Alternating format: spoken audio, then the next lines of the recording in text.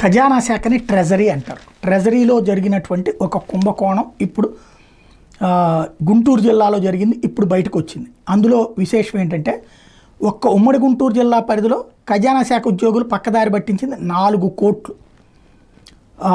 తెనాలి ఉప ఖజానా కార్యాలయంలో జూనియర్ అకౌంటెంట్ వరుణ్ బాబు కోటి నిధులు తన బంధువుల ఖాతాకు మళ్ళించాడు. మామూలుగా మన జీతాలు ఇతర దానికి సంబంధించి రాష్ట్ర ప్రభుత్వం శాంక్షన్ చేస్తే ఇచ్చేటటువంటి వ్యవహారం అనమాట.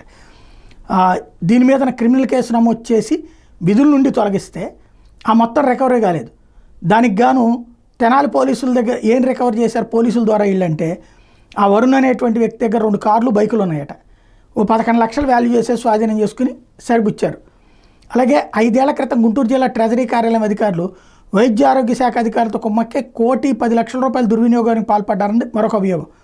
అది మొన్నటిదాకా విచారణ జరిగింది. వైద్య ఆరోగ్య శాఖ పరిధిలో 300 ఓసీఎస్ పద్ధతి కింద పనిచేసే ఒప్పంద ఉద్యోగులకి ప్రభుత్వం నిర్దేశించి కన్సాలిడేటెడ్ అమౌంట్ మాత్రమే చెల్లించాలి. అందుకు భిన్నంగా 110 మందికి పీఆర్సీ ప్రయోజనాలు ఇచ్చేశారు. ఇటీవలే బాధ్యులు షోకాజులు నోటీసులు జారీ చేశారు. ఆ మొత్తం రికవరీకి ఆదేశించారు. మరి రేపల్ల పరిధిలోని అత్తోట పిహెచ్సిలో లేని ఉద్యోగులను సృష్టించి 1.5 కోటి దాకా డబ్బులు ఇచ్చేశారు.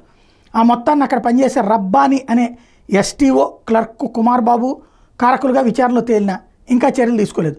వాళ్ళు కోర్టుకు వెళ్ళడంతో తిరిగి విచారణ చేపట్టాలని న్యాయస్థానం ఆదేశిస్తే ఓ అధికారి నాట్ ప్రూవ్డ్ అని రాసి డబ్బులు తీసుకున్నారట, లంచం తీసుకున్నారట వాళ్ళ దగ్గర.